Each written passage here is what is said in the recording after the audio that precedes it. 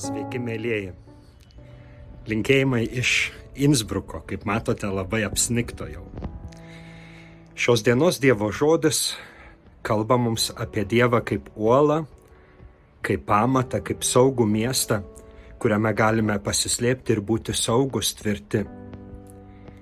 Izaijas, pranašas, kalba apie Dievą kaip apie uolą, kurią turėtume pasikliauti, kaip tą tvirtąjį miestą.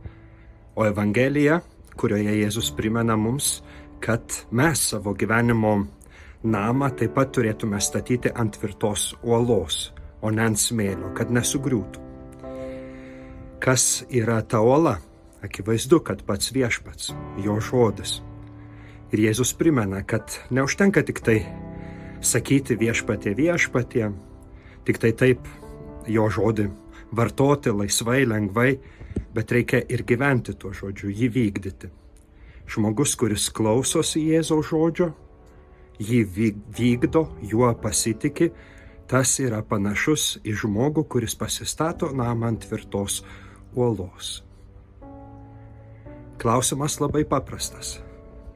Mes statome savo gyvenimą, kažkuo pasitikime, žmonėmis, mumis pačiais.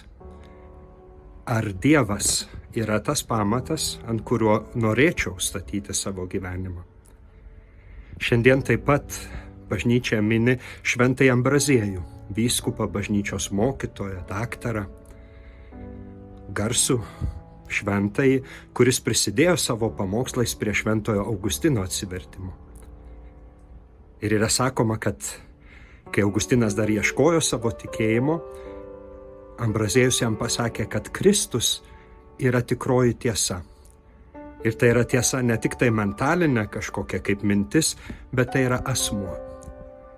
Taigi, statyti savo gyvenimą ant pamato, tvirto pamato, mums krikščionims taip pat reiškia priimti Jėzų kaip asmenį, užmegzti gyvą, tikrą santykį su juo. Ko gero, jūs esate turėję įvairių gyvenimo patirčių, tuomet, kai namai griūna ir pamatai sujuda. Tuomet reikia paklausti savęs, mes galime kiekvienas savęs paklausti, ar tai, ką laikiau pamatu, iš tiesų buvo pamatas. Kaip Jėzus Kristus, Dievas, yra mano uola, ką galėčiau padaryti, kad užmegzčiau gyvą ir tikrą santykį su juo. Gražaus Advento ir artėjančių Kalėdų. Iki.